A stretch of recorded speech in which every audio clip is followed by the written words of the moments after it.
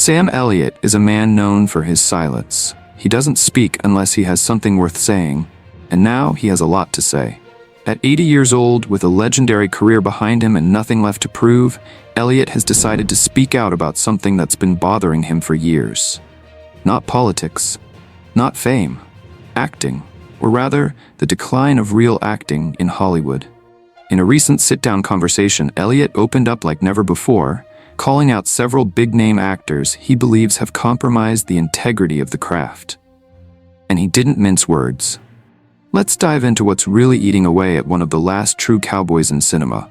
Kevin Costner has become nearly synonymous with modern cowboy storytelling, especially after the success of Yellowstone. But for Sam Elliott, the rugged exterior doesn't hold up under scrutiny.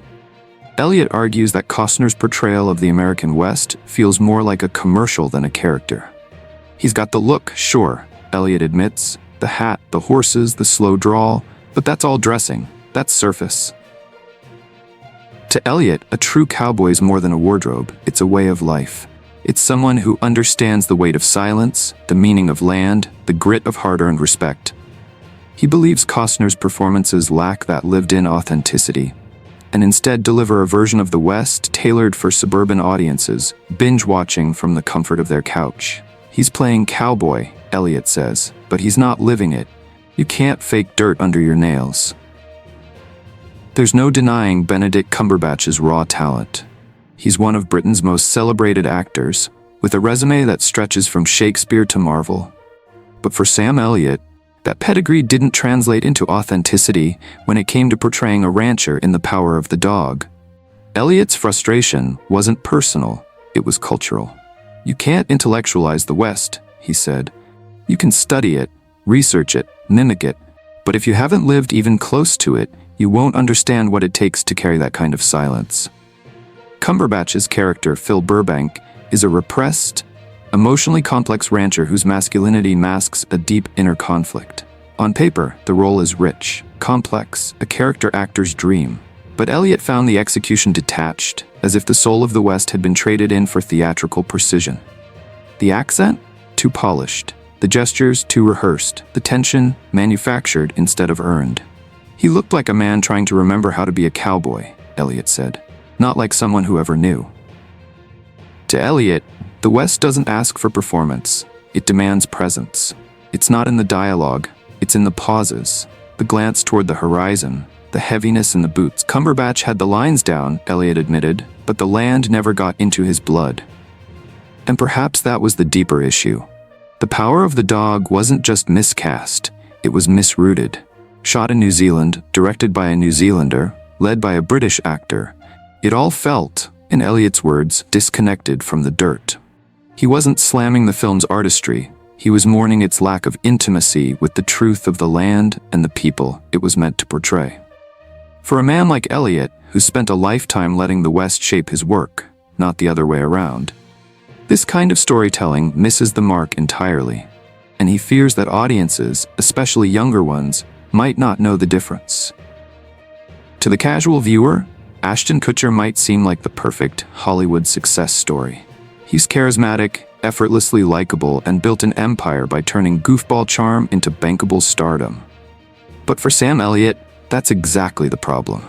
Elliott sees Kutcher not as an actor, but as a performer, a man who has mastered being seen without ever really being felt. You can't just smile your way through a scene and call it a character, Elliot remarked sharply. There's gotta be a pulse underneath the lines, a truth you're holding on to, even when the camera isn't rolling. He points to Kutcher's dramatic roles as evidence. Films like The Guardian or Jobs may have aimed to stretch Kutcher's range, but Elliot argues they only stretched the illusion.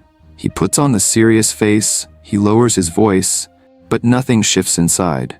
You're watching Ashton pretend to be someone else, not become them. In Elliot's view, this disconnect stems from a larger issue. Kutcher's career has been built on personality, not presence. You never forget you're watching Ashton Kutcher, he said. And that's the death of good acting. The best performances make you forget the actor entirely.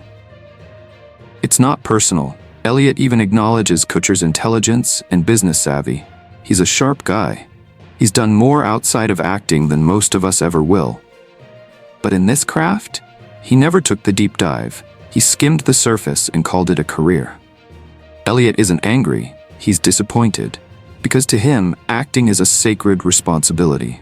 When someone steps into a role without reverence, without wrestling with the emotional truth of the character, it's not just a missed opportunity. It's a betrayal of the craft itself. And in Kutcher's case, Elliot believes the betrayal is wrapped in a smile. Easy to miss, but impossible to respect. To Sam Elliott, acting should feel like watching a man wrestle quietly with his demons, not explode in every scene like he's running from a burning building. That's the fundamental issue he sees with Nicolas Cage. It's not that Cage lacks talent. Elliot readily acknowledges that somewhere under the noise, there's a capable actor. But what frustrates him is how that talent has been buried under layers of chaos and unrestrained theatrics. Every role doesn't need to be a circus, Elliot said plainly. Sometimes you just need stillness, silence. But with Cage, you rarely get that. Cage's method of total emotional saturation, the wild-eyed screams, the unpredictable energy shifts, the near-delirious line readings, might thrill a certain type of audience. But for Elliot, it comes off as indulgent rather than intentional. There's a difference between being raw and being reckless. Cage crosses that line a lot. It's not that Elliot is against taking risks.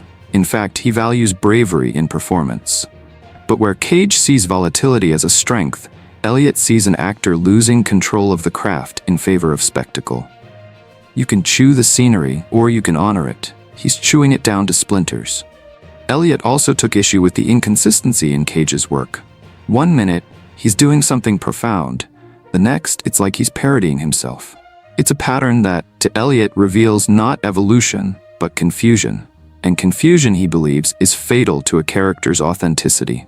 If you're not grounded in the truth of the role, then you're just guessing, and I don't think art survives on guesswork. For Sam Elliott, this isn't just about film roles or artistic choices, it's about brotherhood. And when it comes to Jeff Bridges, the pain runs deeper than any Hollywood critique. This wasn't a stranger he watched on screen.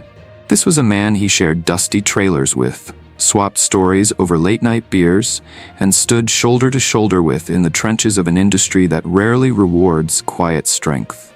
There was a time, Elliot recalls, when Jeff and I didn't need words to know what the other was thinking. We had the same pace, the same principles. We were cut from the same rawhide. But something shifted, gradually and then unmistakably. Bridges began gravitating toward roles wrapped in spectacle. Films that, to Elliot, prioritized visual grandeur over human depth. And with that shift came the trappings: red carpets, magazine spreads, and a social image that felt more curated than authentic. Elliot watched the transformation not just as a peer, but as a friend left behind. When you build a career on grit, on substance, it's hard to see someone trade that for glamour, especially when you know what they're capable of. It wasn't just about the movies, it was about the disconnect. The missed phone calls, the conversations that turned into PR-friendly pleasantries. He used to speak in silences, Elliot said. Now it's like he's always on stage. Still, there's no malice in his voice. Just disappointment. The kind that comes from watching someone drift away from their roots, not out of rebellion, but convenience. I don't hate Jeff, he clarified. I just miss the version of him that gave a damn about the dust and the silence. To Elliot, it's not about resisting change. It's about staying tethered to the truth of who you are, even as the spotlight grows hotter. And when that tether snaps, so does something deeper, the bond built on mutual respect. And that, in Elliot's world, is the hardest loss of all. Jared Leto's extreme method acting has made headlines for years, from sending dead animals to co-stars to staying in character off-camera for months. But Sam Elliott doesn't see it as commitment. He sees it as pretension. It's theater. Not in the good way, Elliot said. It's showing off. It's turning acting into a spectacle. He argued that Leto's approach actually distracts from the story being told. If you're making headlines for your behavior off set, maybe you're not doing enough on set. For Elliot, acting is about losing yourself quietly, not announcing it with a megaphone. Leto's performances are like fireworks, he said, loud, bright, and gone in an instant. Real acting, that sticks with you. It lingers. All of this, Elliot insists, isn't about jealousy or bitterness, it's about preserving something sacred. To him, acting isn't a career, it's a craft, a responsibility. You owe something to the people you're portraying, to the history you're tapping into. You don't get to phone it in or dress it up for Instagram. Elliot sees a dangerous trend in Hollywood, one where actors are chosen for buzz, not backbone, where style wins over substance. And while many stay quiet, content to adapt, Elliot refuses. I came from silence, he says. From places where men spoke less and did more.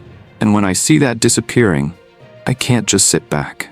So when Sam Elliott calls out names, it's not just for drama, it's a warning, a plea, and maybe a challenge. If you're still here, chances are you care about storytelling too. Hit that like button, subscribe, and ring the bell so you don't miss out on our next deep dive into Hollywood's best and worst. Drop your thoughts in the comments. Do you agree with Elliot?